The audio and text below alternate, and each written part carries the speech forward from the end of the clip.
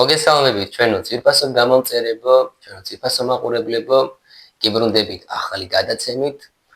ისევ მე და დემეტრე ვარ თქვენთან ერთად. მოგეხსენებათ, რამდენიმე ხანი უკვე არ ჩაგვიწერია გადაცემა და ამის მიზეზი არის თვით დემეტრე, რომელიც დაოჯახდა. ამ გადაცემის საშუალებით კიდევ ერთხელ მინდა მიულოცო მას ეს უდიდესი ბედნიერება და თავის უკვე მეორე ნახევართან ერთად სურვო ულევი სიხარული. მოგესალმებით, ჩემო ძვირფასებო, ძალიან მიხარია ისე რომ მე და მირზას გვიწევს თქვენთან საუბრის შესაძლებლობა და მე კიდევ ერთხელ ძალიან ბევრმა ადამიანმა მომწერა და მომიულოცა და საკუთარი სიყვარული გამიზიარა, ჩემი ბედნიერება მიიღეს მათ და გაუხარდა და ამისთვის ძალიან დიდი მადლობა. მეც მინდა რომ ახლა მარხვის პერიოდი არის და გისურვოთ რომ აი ეს მარხვის პერიოდი ისე გავიაროთ რომ ერთად ვიზეიმოთ ის უდიდესი დღესასწაული რომელსაც აღდგომა ქვია. დღეს მე და მერცა ძალიან თავისუფალი საუბარი ვექნება, ვისაუბრებ ჩვენზე, ვისაუბრებ ჩვენ გამგზაზე, ვისაუბრებ ჩვენს გვერდზე, წამსი მართლმადიდებლურ გვერდზე და ჩვენ სტუდიაზე, სტუდიამ წამზე რა თქმა უნდა, ეს ერთი დიდი ოჯახია ჩვენთვის, ჩვენი გვერდი, მისი გამომწერები და ყველა ის ადამიანი, ვინც ცდილობს თავისი წილი აგური დაადოს იმ სასახლეს, რომელიც აუცილებლად აშენდება. მოვყვეთ ნელ-ნელა და გავუზიაროთ საზოგადოება ჩვენ რა გზა გავიარეთ, რომ მოსულიყავით ამ დღემდე და ამ სტუდიამდე, ამ ჩაწერამდე. რა თქმა უნდა, მოკლედ მიმოვიხილავთ შესაძლების დაგვარა, ძალიან მოკლედ, იმიტომ რომ როგორც დემეტრემ ახსენა, ერთი გადაცემა უკვე ჩაწერილი გვაქვს ამ თემასთან დაკავშირებით. იქნებოდა ასე დაახლოებით 2013-14 წელი, მე ვიქნებოდი ალბათ მე-9 კლასის მოსწავლე დაახლოებით, როდესაც სურვილი გამიჩნდა შემექმნა სოციალურ ქსელში გვერდი, რომელსაც დავარქვი მრწამსი. მრწამსი ეს იმიტომ რომ ხო არ გახსოვს, რატო დაარქვი მრწამსი? სხვათა შორის დიდხანს არ მიფიქრია, ძალიან მარტივად რომ ახსნა, იმ დღეს მე მქონდა საღვთო ჯულის გაკვეთილი და ამ გაკვეთილზე მე ჩემმა სულიერმა მოწვეულმა მასწავლეს მართლმადიდებლური სარწმუნოების სიმბოლო, ეს იყო მრწამსი და მისი განმარტება. პირველად გავიგე მრწამსის შესახებ, რომ ესე პატარა ლოცვაში არის მთელი საეკლესიო დოგმატი ჩამოყალიბებული და როდესაც სახლში მივედი და სურვილი გამიჩნდა გვერდის შექმნის, დიდი ხანი არც მიფიქრია პირველად დააწერე მრწამსი. მრწამსი დავაწერე ამ გვერდს. რაც შეეხება თვითონ გვერდის შექმნის მოტივს, ამაზე მოკლედ რომ ვთქვათ, შემდეგი რამ იყო, მე ვისმენდი უამრავი ადამიანისაგან სხვადასხვა საკითხებზე მსჯელობდნენ ისინი სხვადასხვა საეკლესიო საკითხებზე და ერთგვარად რაღაც უკმაყოფილება მიჩნდებოდა, უკმაყოფილება, იმიტომ რომ ჯერ ერთი მე არ მქონდა საკმარისი ცოდნა ეს საკითხები განმეხილა, მაგრამ რაღაც ბაზისი მქონდა და ამ ბაზისიდან გამომდინარე ხდებოდი რომ რაღაცას ისინი რასწორად ამბობდნენ, რაღაც სხვადასხვა საკითხებზე, სწავლებებზე, მაგრამ ასე გაშლილად არ შეგეძლო საუბარი. მე მათთვის არ შემეძლო მეთქვა რომ შენ უყურე ასე კი მართალი ხარ, მაგრამ აი ამაში მართალი არ ხარ, იმიტომ რომ და აქ უკვე მე ვიჭედებოდი. და მინდოდა რომ სადღაც მიმიღო ეს ცოდნა. და მე ნახე ადამიანები, რომლებსაც ჰქონდათ ეს ცოდნა და მათ განათლება ჰქონდათ მიღებული სასულიერო სასწავლებლებში და როდესაც გავიგე სასულიერო სასწავლებლის შესახებ, ამაზეც ძალიან მოკლედ ვიტყვი, მნიშვნელოვანი მომენტია პირადად შენ ცხოვრებაში ეს მოვლენა. ზოგიერთი ადამიანი მოსწავლე თავიდანვე ირჩევს თავის პროფესიას, თუ სად გააგრძელოს სწავლა. მე ალბათ მე-11 კლასში ვიყავი, როდესაც ჩემს სულიერ მოძღვართან, დეკანოს გაბრიელ გულორდაბასთან მივედი. და უთხარი ასეთი რამ, რომ მამა გაბრიელ, ჯერ კიდევ ვერ გადავწყვიტე სად ჩავაბარო და მინდა რომ რაიმე რჩევა მომცე. დღეს ფიქრობ, ადამიანი რომ მოვიდეს შემთან, პირდაპირ შევთავაზებ მას, მიუხედავად იმისა, რომ ეს გამოცდილება მაქვს, აი სემინარიაზე ხარ დაფიქრდებოდი, ვეთხოვდი. მაგრამ მამა გაბრიელმა მითხრა ასეთი რამ. მირზა, ნათლობის სახელი მირონი მქვია, ასე მომართა მირონ, მოდი ასე გავაკეთოთ და ასე მოვიქცეთ. შენ როდესაც მიხვალ სახლში, ილოცე და უფალს შესთხოვე, რომ უფალო მიჩვენე გზა, თუ სად უნდა ჩავაბარო. სად უნდა გავაგრძელო სწავლა და მართლაც შევასრულე ჩემი მოსვლის ლოცვა-კურთხევა, მივედი სახლში, ვილოცე უფალს, შევსთხოვეს, რომ მიჩვენოს გზა და მეორე დღეს, როდესაც უკვე ტაძარში მოვედი, მამასთან მივედი და პირდაპირ ვეუბნები, რომ მამაო, მე მინდა სასულიერო სემინარიაში რომ ჩავაბარო და მამაოს რამე სახეზე გაკვირვებას არ ეთყობოდა და ჩაიღიმა და დამლოცა და სწორედ რომ გავაგრძელე სწავლა თბილისის სასულიერო სემინარიაში, ახლა კი დემეტრეს დავუბრუნდეთ, რომ არ გამიგრძელდეს საუბარი და დემეტრეც ამავე წელს ეს 2017 წელი, როდესაც მან სწავლა გააგრძელა ახალციხის სასულიერო სემინარიაში, რომელიც არის წმინდა გრიგოლ ხანძთელის სახელობის და ახლა დემეტრესთან გადავიდეთ. ხო. მეც ჩავაბარე სემინარიაში, ვსწავლობდი ახალციხის გრიგოლ ხანძთელის სახელობის სასულიერო სემინარიაში, ვსწავლობდი 4 წლის განმავლობაში. მირზა თბილისში იყო, როგორც თვითონ გითხრათ, მე შემდგომ ჩავაბარა აკადემიაში და აკადემიის შემდეგ ჯერ მე დაუბრუნდი ჩემს სოფელს, სადაც ისე მამოს ლოცვა-კურთხევით ვასწავლიდი გიმნაზიაში, რომელიც მისი მახალყოვლადო სამუდელოების ზუგდიდისა და ცაიშის მიტროპოლიტ გერასიმეს ლოცვა-კურთხევით დაარსდა და მამა გაბრიელის, რა თქმა უნდა, თაოსნობით უამრავმა ადამიანმა მიიღო მონაწილეობა ამ სკოლის გამართვაში, პირველ რიგში ჩამოყალიბებაში და დღეს რომ ეს სკოლა ასეთი აი ფართო მასშტაბით არის ცნობილი, ძალიან ბევრი ადამიანის დამსახურება.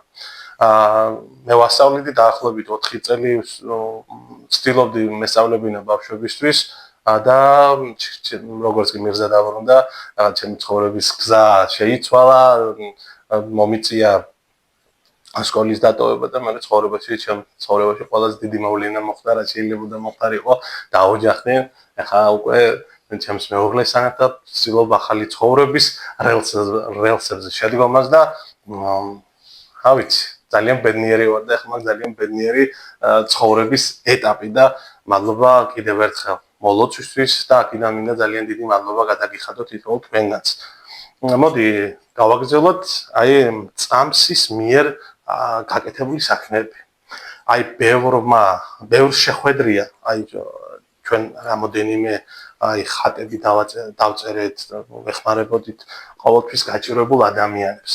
და რაც ყველაზე მთავარი არის, უკვე დაახლოებით 10 წელზე მეტია, თითქმის ვცდილობთ თავიდან დავიწყოთ ხატების დაწერით, მაგრამ მე იყო რომ სრული გაგვიჩნდა, რომ იმდენი ადამიანი ცხოვრობს გაჭირვებული, რომ აი ჩვენი მქონდა ამის შესაძლებლობა, რომ კეთილი ადამიანები შეგვეგროვებინა და მათი შემოწერული თანხით გავეღო ადამიანებისთვის რაღაც ცირედი სიკეთეც. ეს ყველაზე მთავარი იყო და ამ რამდენი რაღაცა გაგვეკეთებია ღვთისმშეწმებით.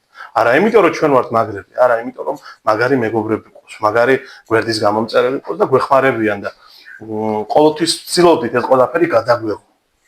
არა იმიტომ რომ ჩვენ მაგრები გამოჩენილი ვიყავით, საინტერესო საკითხი გამოჭერი. არამედ იმიტომ რომ აი ძალიან მინდოდა ხოლმე რომ მე მაგალითად ერთი ადამიანი რო ვარ, მაინტერესებს რომ ჩემი გაცემული თანხა სწორად იხარჯება, არ იხარჯება და ვის ვეხმარებით საერთოდ, ხო? და მე ვფიქრობ რომ აუცილებელი არის ამ ყველაფრის დაფიქსირება. მე ვარ ერთი ადამიანი. ხომ შეიძლება რომ შენ ეს ფული როცა მოგცემ ამ ფულს მე, შენ გადაიღო ვიდეო და სხვაების დაინტერესდნენ. ბევრს აქვს სურვილი გაიგოს შესაწერი, მაგრამ თვითონ ან ერიდება, ან არ უნდა გამოჩენა და მოკლედ ისერჩება რომ ამ ნაბიჯს ვერ დგამს. ჩვენ ვაძლევთ ადამიანებს შესაძლებლობას რომ გაიღონ სიკეთე. შესაწერი გაიღონ და აღასრულონ კეთილი საქმეები. რას ფიქრობ, უნდა ვიაროთ თუ არა კამერები? ეს საინტერესო არის. საინტერესო საკითხია. აქ არ არის საკითხი იმაში, რომ ვინმე ჩვენ არ ვეთანხმებით, ან ეს ადამიანები ზოგიერთი ჩვენ არ გვეთანხმება. აქ ცოტა უნდა მოხდეს ამ ორი აზრის სინთეზი. საეკლესიო კუთხით ქრისტიანულად, რა თქმა უნდა, ყველაფერი სიკეთე რაც არის და ფარულში უნდა ვაკეთოთ მარცხენამ არ უნდა იცოდეს რას აკეთებს მარჯვენამ არ უნდა იცოდეს რას აკეთებს მარცხენა მაგრამ აქ არის ერთი მნიშვნელოვანი მხარე უშუალოდ ამ დახმარების მთავარი ბენეფიციარები არიან ემიგრანტები უცხოეთში მცხოვრები ადამიანები რომლებსაც აქვს სურვილი დაეხმარონ თავიანთ ქვეყანაში მცხოვრებ ადამიანებს ისინი აი ამ ქმედებით უშუალოდ უწმინდესის ლოცვა-კურთხევას ასრულებენ. რა ლოცვა-კურთხევას, რომ უწმინდესმა მათ მიმართა და უთხრა, რომ თუ ვერ ახერხებთ დაბრუნებას თქვენ სამშობლოში, პირველ რიგში მათ მოუწოდა, რომ დაბრუნდნენ, მაგრამ თუ ვერ ახერხებთ დაბრუნებას სამშობლოში, იყავით უცხოეთში, მაგრამ იყავით საქართველოში. აი ეს ადამიანები, რომლებიც ამ გაჭირებულ ხალხს ეხმარებიან, ისინი არიან უცხოეთში, მაგრამ არიან საქართველოში. ქართულ საქმეს აკეთებენ და ქართულ ხალხს ეხმარებიან. ახლა უშუალოდ ეს დაშორება. ის ადამიანი რომ უცხოეთში, მაგრამ საფრანგეთშია, ჩვენი მეგობარი კობა მაგალითად, გოგი და სხვა ადამიანები უცხოეთში არიან, ფიზიკურად ვერ მოახერხებენ. ნუ გამოაგზავნიან, მაგრამ ხომ და იყოს ადამიანი, რომელიც დახვდება ამ პროდუქტებს, თანხას, განაწილებს, მიცემს ორგანიზებას გაუკეთებს. აი საორგანიზაციო მხარეში ვარ ჩვენ ჩართულნი და ეს არნიშნავს იმას, რომ აქ ჩანს ჩვენ რას ვაკეთებთ. ჩვენ აქ მინიმალურია ჩვენი სიკეთე იქნება თუ ხელმოქმედება, აქ არაფერი არ არის. ჩვენ უბრალოდ ვართ ჩვენ მეგობარს უთხრით ეს სიტყვები, გაგვეცინა, მაგრამ ასეთი იყო. ჩვენ ვართ თქვენი ხელები.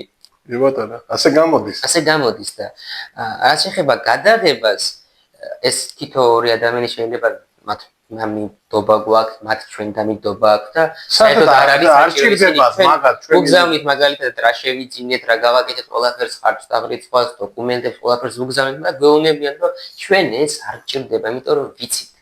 მაგრამ აქ არის უამრავი ადამიანი, ათეულობით, ასეულობით, 1000 ადამიანია, რომელიც რაც თანხას ჩარიცხავს და არ იცის შეიძლება უმეტესობა გენდობა ადამიანის, მაგრამ ყველა ადამიანი ხო ვერ იქნება ასე მას უნდა აინტერესებს ზოგიერთს, რომ აი სადმე დაიხარჯა ჩვენი თანხა და აი ამ ერთგვარ ინფორმაციის მიწოდებას ვახდენთ ჩვენ ადამიანებისადმი ამ ვიდეოების გადაღებით და ამაში გვეხმარება ეს საქმე ზოგადად. როცა ადამიანი ნახულობს კიდევ ერთხელ აი ჩვენს ისევ და ისევ ამ გადაღებულ ვიდეოს სურვილი უჩნდება თვითონაც მეგობარსაც ეთყვის თავის ნათენსაც ეთყვის და უფრო მეტი ადამიანი გროვდება იმისათვის რომ კეთილი საქმე აღასრულოს ეს ძალიან მაგარი აქვს შეიძლება ახლა იცი რა არის ჩვენ ვერ ვიტყვით არა აქვს ადამიანის გულში და როგორ შეიძლება გულში კონდეს მას მაგრამ ჩვენ შეგვიძლია დავანახოთ ის რომ კეთდება საქმე და თავარი ეს არის რომ გაკეთდეს საქმეს და აუცილებლად ეს შემიძლია გითხრათ თქვენ რომ ადამიანი როცა აკეთებს ხშირად ასეთ საქმეს ის ადამიანი გულში შეიძლება მას ცუდი რაღაცა ვერ ექნება ამის თქმა მინდა რომ აი რაღაცა ტენდენციის გამო არ აკეთებს ამას ახლა შეიძლება ერთხელ და ორჯერ გააკეთოს რაღაცა მაგრამ სულ ამას რომ რაღაცა ტრადიციის მსგავსია უკვე შენთვის რომ ამის გარეშე არ შეგიძლია მე ვფიქრობ რომ ასეთი ადამიანისთვის რა ვიცი გულგრილობა შეუძლებელია იყოს სიკეთის აღსრულება. მე ვფიქრობ ასე არის. ერთ პატარა მაგალითს მოგებთ. ჩვენი მეგობარი უდიდესი სიყვარულით ვართ მის მიერ განწყობილნი და დიდ პატივს ცემთ.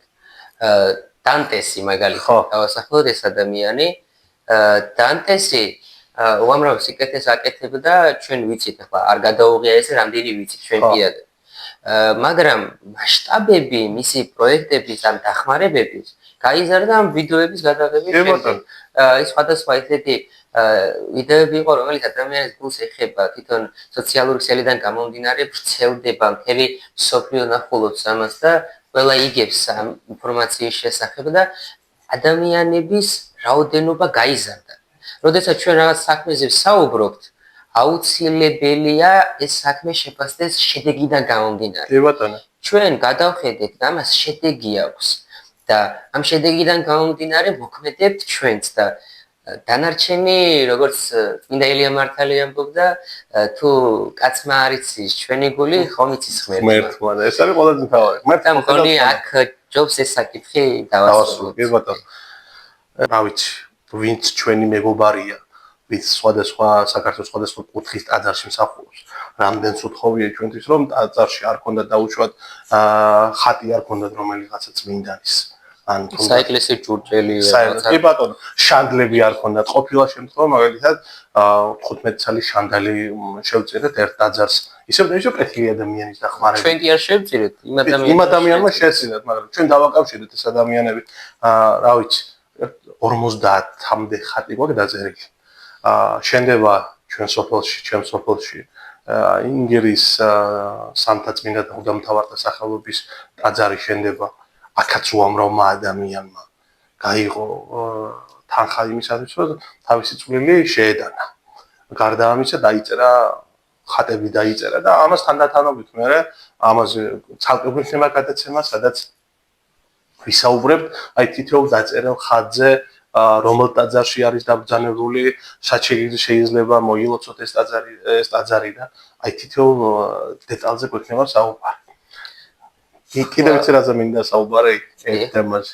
აი ჩვენს გადაცემებზე. კი, აი ამის ხმა მინდოდა ზუსტად. ჩვენ შევქმნით მრწამსი და დღევანდელ დღემდე მოვედით როგორც სოციალურ ქსელში, კერძოდ Facebook-ზე გვერდის სახელწოდებით მრწამსი. 255,000-ზე მეტი გამომწერი ყავს ჩვენს გვერდს, რაც ყველაზე მაგარი არის. 255,000-ზე. კი. ახლა უკვე შემდეგში მოვიდა ეს იდეა, რომ გაგვეკეთებინა ჩვენი სტუდია. ეს გვერდიც არის სტუდია მრწამსი, იგივე სახელწოდებით არის. რამოდენიმე გადაცემა ჩავწერეთ, მაგრამ ეს იყო და არის ერთგვარი სატესტო რეჟიმი.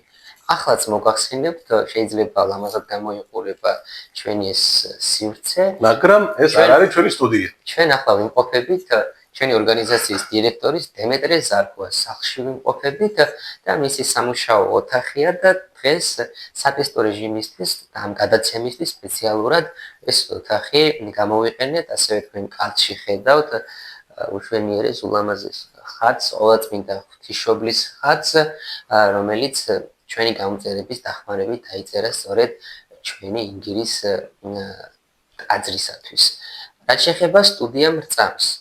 ჩვენ სტუდია მრწამს, სანამ ამ სტუდიაზე ვისაუბრებდით, ერთი პრობლემა აქვს.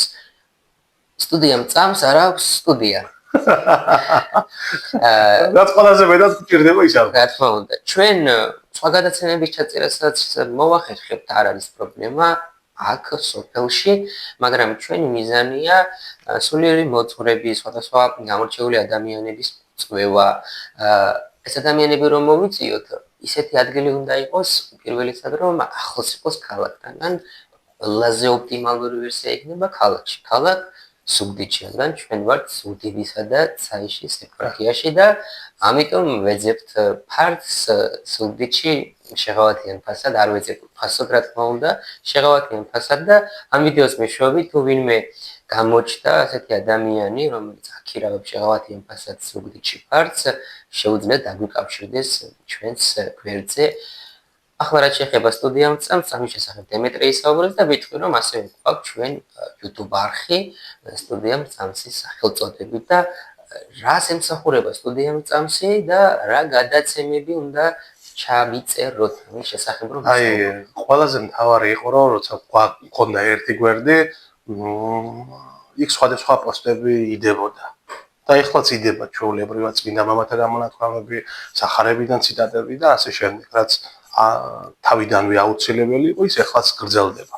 მაგრამ აუცილებელი იყო შეგვიქმნა გვერდი, სადაც აი ვიდეოები დაიდებოდა და თავიდან ვიღებდით სხვადასხვა სოციალური გვერდზე ატვირთულ, რა თქმა უნდა, ქრისტიანული თემატიკის ვიდეოებს, რაც ჩვენი გაკეთებული არ იყო, მაგრამ პატივცემდით სხვის ნაშრომს და სხვის ნაშრომს ვიღებდით, იმისათვის რომ უფრო მეტ ადამიანს ენახა.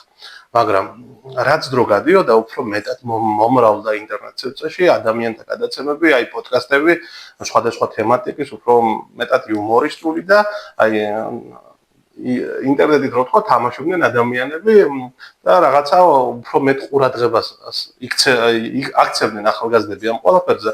აი ერთ დღეს თქვით, რომ რატომ არ შეიძლება რომ ჩვენ გავაკეთოთ ისეთი გადაცემა, სადაც ვისაუბრებდით ძალიან მნიშვნელოვან საკითხებზე. აი ქრისტიანობა იმდენად დიდი არის და იმდენად დიდ რამეს მოიცავს, რომ შეუძლებელია ყველაფერზე ერთად ისაუბრო და საკითხები ამოწურო. შეიძლება ერთი თემა იყო და ამ თემაზე, რა ვიცი, უამრავი გადაცემა ჩაწერდა და სხვადასხვა კუთხით მიუდგე ამ საკითხს. და მოვიფიქრეთ ასეთი რაღაცა, რომ პირველი სატესტო ვერსია ჩაგვიწერა, ახლა როგორც ხედავთ მე და მეც, ისე ჩავწერეთ პირველი გადაცემა, საუბრობდი ჩვენი ორგანიზაციის შესახებ, ჩვენი გვერდების შესახებ და ჩვენი სტუდიის შესახებ. მაგრამ შემდეგ გაჩნდა იდეა, რომ მოგვეწვის სასულიერო პირებიც. ერთხელ მოვიწვიეთ, მეორეჯერ, მესამეჯერ ჩასულიც ვიყავით, გორში ვიყავით გასულები მამაბასელთან, ჩავედით, ვისაუბრეთ საკვირაო სკოლის შესახებ.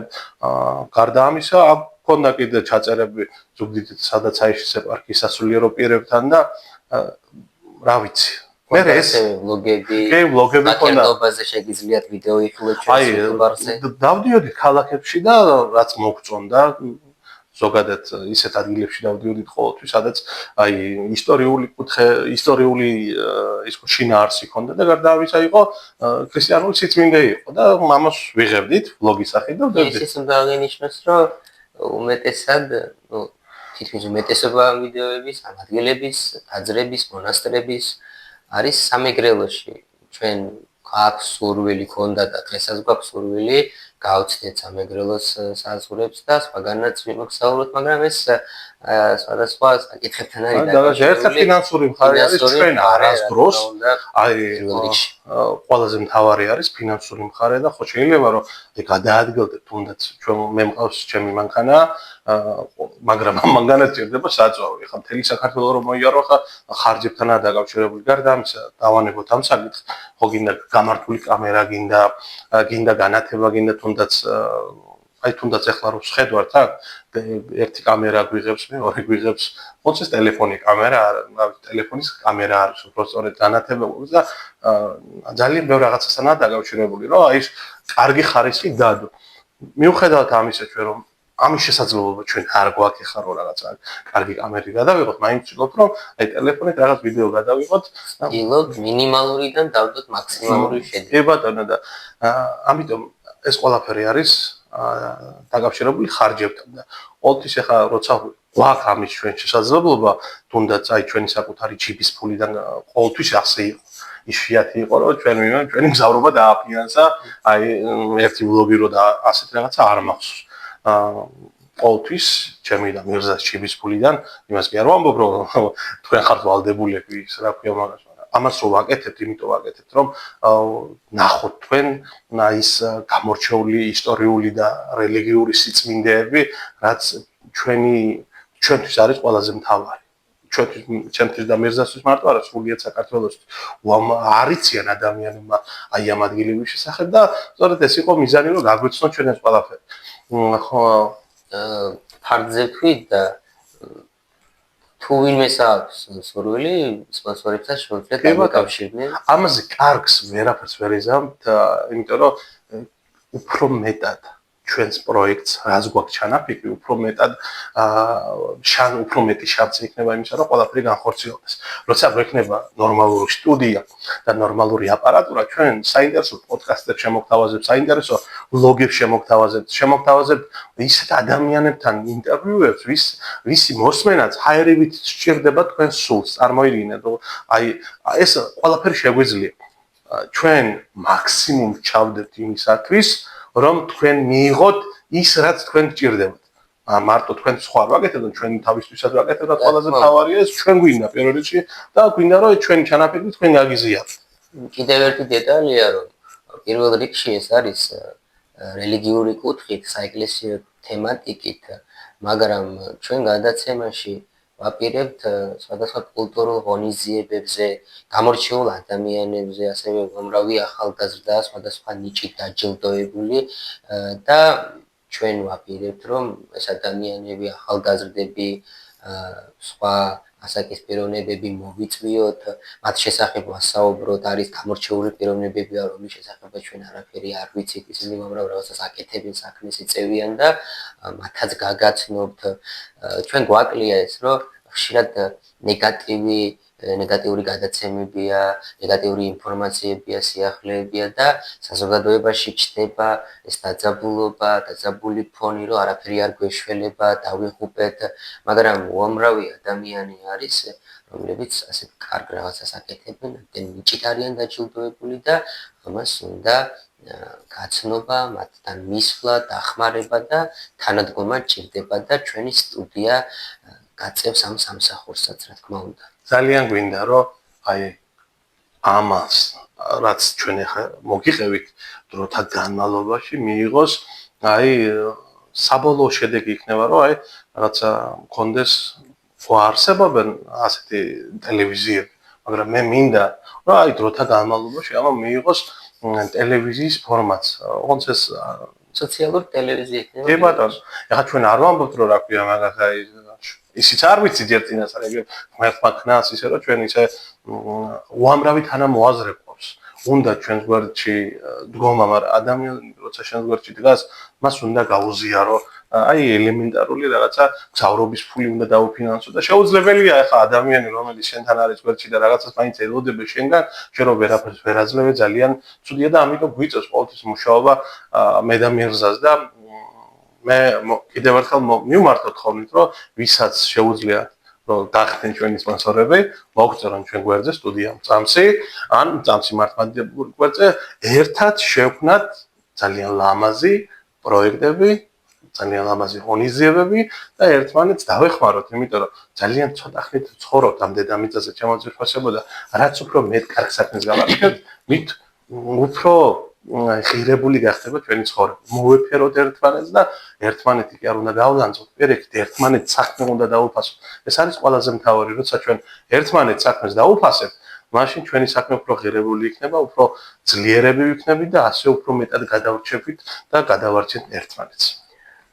ნელ-ნელა დასასრულისაკენ მიდის ჩვენი გადაცემა და ერთი დეტალი მინდა აღნიშნო, ჩვენ ვახსენეთ, რომ ჩვენ მე პირადად ამჟამად თემეთრეც ასწავლიდა და მე ვასწავლი კახათის, ეს არის ზუგდიდის რაიონში, კახათის წმინდა გიორგის სახელობის მართლმადიდებლურ სკოლა-გიმნაზიაში. აქ არიან მოსწავლეები, საკმაოდ ნიჭიერი ახალგაზრდები არიან, დაინტერესებული არიან ასეთ საკითხებზე, რა თქმა უნდა, და მათ სურვილი აქვთ, რომ თავიანთი საავტორო გადაცემები გქონდეთ, იდეა გვაქვს, გეგმები გვაქვს, გვექნება ეს ავტორო გადაცემებიც და ამ გადაცემაში ჩვენ ამ გადაცემაში გვეხმარება ჩვენი ერთ-ერთი გამორჩეული მოსწავლე რამაზი კალანდია. ეხლა ჩვენს გვერდით არის. ამ გადაცემებში ჩაწერა ხდება ძალიან გვიანი ღამე არის და ბოლომდე არჩევ ჩვენთან დაგვეხმარა განათების მოწყობაში, აი და თვითონ დგას ხა ტელეფონის უკან და ცდილობს დაგვეხმაროს. აი რამხელა რაღაცა არის ეს და ძალიან გვინდა ეს რომ დავუფასოთ ბავშვს. ერთ განხორციელებულ პროექტზე გეტყვით ჩვენს სკოლა-გიმნაზიაში და ეს იქნება თითქმის დასასრული გადაცემის მე პირადად როდესაც სწავლობდი საფრთხის შვილს, სხვადასხვა საეკლესიო საკითხებს ეუფლებოდი, მაგრამ ეს საკითხები ისევ ჩემში რჩებოდა. და მაქსიმუმ ახლობლებისთვის თუ გამეზიარებინა, მაგრამ ასეთი რაღაცა მოვიფიქრე და სად გაჩნდა ეს იდეა და როდის გაჩნდა. მე როდესაც გავატარე ერთ-ერთი მოკლე კურსი, მე 11 კლასის მოსწავლეები იყვნენ ისინი, ეს ჩემი სადამრიგებლო კლასია, წირვა ლოცვის განმარტების შესახებ.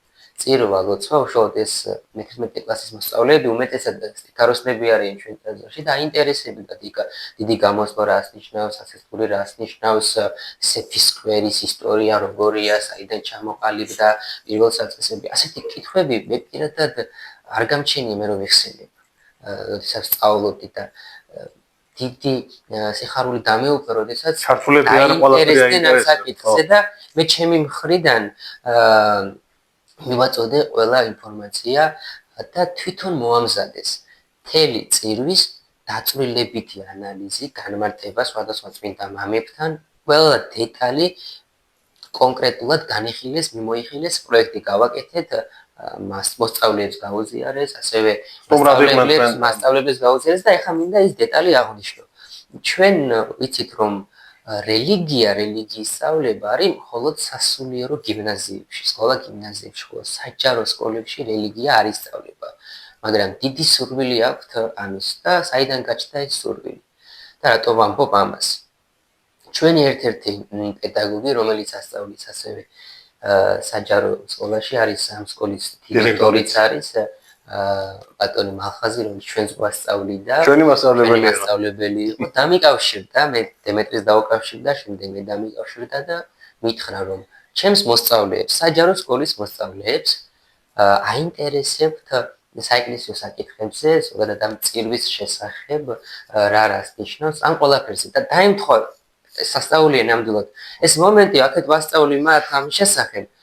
იქით საჯარო სკოლიდან თან ამათ ურთიერთობა ერთმანეთთან არა აქვს, რომ რამე ამ მოსწავლეებს მათთან ეთქვა, თან გაიზიარებინათ, არა. ორი დამოუკიდებლად ორი მხარე ერთსა და იგივე საკითხზე დაინტერესდა, მაგრამ ერთ მხარეს ჰქონდა შესაძლებლობა, რომ გაცნობოდა ამ საკითხს. და რადგანაც მე მიცნობდა ჩემი მასწავლებელი, დამიკავშირდა და მითხრა, მოვიყვან სკოლაში და აუხსენი მათ ეს ყველაფერი. მე, რა თქმა უნდა, შევკარი ეს ბირთვი დაუძახე ჩემს მოსწავლეებს, ჩვენი ტაძრის თიქაროსნებს, ტაძარში გადმოვიყვანე, ისინი ტაძარში მოვიდნენ და ტაძარში ამის ვიდეოც არსებობს, ტაძარში აუხსნეს დეტალურად ისევ მოსწავლეებმა მოსწავლეებს. ეს იყო საოცარი დღე მართლაც ჩემს ცხოვრებაში და მაშინ რაღაცა მინიმალური ვიბრძენი, რომ ეს რაღაცა მოვახერხე იმ მომენტში და მადლობელი ვარ უფლის ამ. აუცილებლად იქნება ამის ჩაწერაც გადაცემის? კი, აი ამ გადაცემის ჩაწერაც იქნება და სხვადასხვა კლასები იქ არიან რჩეული მოსწავლეები, რომლებიც თავიანთ საავტორო გადაცემებს მოამზადებენ და თქვენამდე მოიტანენ. იმედია, აი მოკლედ გვინდოდა, მაგრამ მოკლედ მაინც არ გამოვიდა საუბარი, ბევრია კიდევ სასაუბრო, გულის, რა ვიცი, გულიც არის ჩვენი გული რა თქმა უნდა, სევდით სავსეც არის ძალიან ბევრი პრობლემები იყო, ასე მარტივად ეხლა არ მოსულ ვარ და მარტივი გზა წინ არ გველოდება. ძალიან ბევრი იყო ხელისშესლა იყო, რაც ყველაზე მთავარი არის ადამიანებიდან გამომდინარე, მაგრამ მაინც ვაკეთებ. იმიტომ რომ ჩვენ ყავს ადამიანები, ვინ ჩვენთვის ლოცულობენ, ჩვენი მაკურთხევლები არიან და მათი ლოცვა-კურთხევით ყოველთვის ვცდილობთ, რომ გავაკეთოთ ეს ყველაფერი. ჩვენ თუ რაღაცა საკეთებ და ხელი არ შეგიშალა არავინ ეჭვიჭდება, რომ შეიძლება სწორად არ აკეთებ რაღაცას. ეგეც არის. ხელის შეშლილი ფაქტორები ყოველთვის იქნება, მაგრამ ჩვენ უფლისიმით და წყალობით არ დავნებდებით და გავაგრძელებთ ამ საქმიანობას. და ბოლოს იმას ვიტყვი, რომ ჩვენი მღვდელმთავრის მეოფილ გერასიმეს ლოცვა-კურთხევით 4 იანვარს 2 წლის წინ ამ ყველაფერს მივეცით ოფიციალური სახე, ანუ წამსიმართმა დიაბლური გვერდი ხო ქონდა და ღვთის შეწევნით პატრიარქის იუბილეს და მისი აღსაყდრების დღეს მიუძღვენით ჩვენი ორგანიზაციის დაარსებას. ეს ხო ისე უბრალოდ არ ხდება და მადლობა ღმერთს ყველაფრისთვის.